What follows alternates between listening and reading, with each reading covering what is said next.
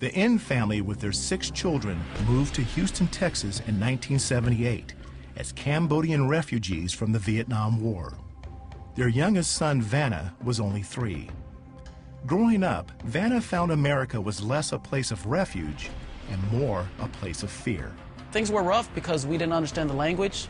We didn't understand the culture. We were told by our neighbors and our classmates in colorful language to go home, go back to our country. We're not wanted here. Outside the home, Vanna faced racism. Inside the home, he was a victim of domestic violence. If we did something wrong that they thought was wrong, it would usually lead to physical and verbal abuse. And as I got older, I started looking for trouble. And I didn't know where this anger came from. I didn't know how to vent it. When the family moved to California in 1992, Vanna took his anger to the streets of Fresno. His older brother joined an Asian gang, and Vanna soon followed. We were very, very close, and I always saw him as a tough guy, a guy that you didn't want to mess with. And it was something to do, something to be a part of. We have camaraderie. We do everything together. We live that code of we will even die for each other or die for the gang. So we robbed, we fought, we stole, we did everything. In 1993, Vanna was deep in the gang life and attended a gang peace party where rival gang members got together to call a truce. So when I saw my enemies, it was like I was a bull and I saw red. I totally ignored the whole purpose of me going there, and I did that by cussing them out, telling them who I was and this is who we are. One of the rival gang members, they got tired of it, and so he gave me a good punch to the face. And then we left the scene of the party. Well, we finally got a hold of about 2 guns, went back to the party, and we shot the place up. Vanna and fellow gang members shot up the party in a drive-by and murdered a rival gang member. Authorities arrested Vanna in 1994 and tried him as an adult. Vanna was convicted of second-degree murder. I thought about my life. I'm like, why am I in this place? How did I get to this point where I'm facing 30 years to life, 25 for the murder, and 5 years for the gun enhancement? So how did I get here? While incarcerated, Vanna started looking for answers in his cultural religion of Buddhism. I felt like, well, you know what? It's maybe because I wasn't true to Buddha. I didn't follow Buddha all the way. I mean, I visited the temple every other weekend just to help get my life back in order. There was no power in Buddhism. I mean, I was searching for it. I was trying to get out, but I couldn't. During this time, Vanna's cellmate began to tell him about Jesus.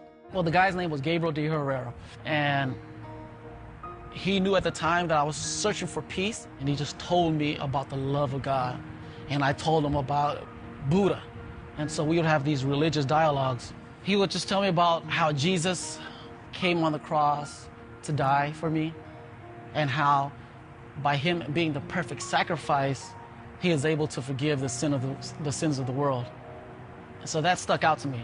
A prison chaplain also started bringing Vanna books about former gang members who gave their lives to Jesus Christ. First book that I remember was God's Prison Gang. And then I read about Al Capone's Getaway Driver, and it was in reading Al Capone's Getaway Driver is where I read a verse, John chapter 15, verse 16. The verse read, "For you did not choose me, but I chose you." These people who had committed crimes more heinous than I, some of them were robbers, thieves, and a lot of them were murderers. And they knew the grace of Jesus. I read about the grace of Jesus and how Jesus met them in their prison cell, in their jail cell, and he forgave them. And I'm thinking, wow, if God can forgive them, if God sent Jesus to die for them, he did it for me. So I woke up a brother that was witnessing to me for the last few months, and I said, "Hey, Gabriel, I want to give my life to God." From there, I was excited. I was excited because now I knew that something as special as the gift of salvation should not be bottled up. And so I just started telling everybody about Jesus. After becoming a Christian, Vanna renounced his gang ties. He was able to strike a plea bargain and was moved to the California Youth Authority until he was 25 years old. In 2001, Vanna was released. Jesus gave me the power to walk away. Jesus gave me the power to give my allegiance to Him and not to a gang that brought nothing but heartache and pain. And so that's how I was able, through Christ, leave the gang life. Today, Vanna is married and has a son. He works as a pastor and youth counselor in the same neighborhood in Fresno that he used to terrorize as a gang member. Those that have been hurt, if they want to be released from all the venom and the pain that they have, it's not going to go away holding on to it. The only way they can have true healing is through Jesus Christ.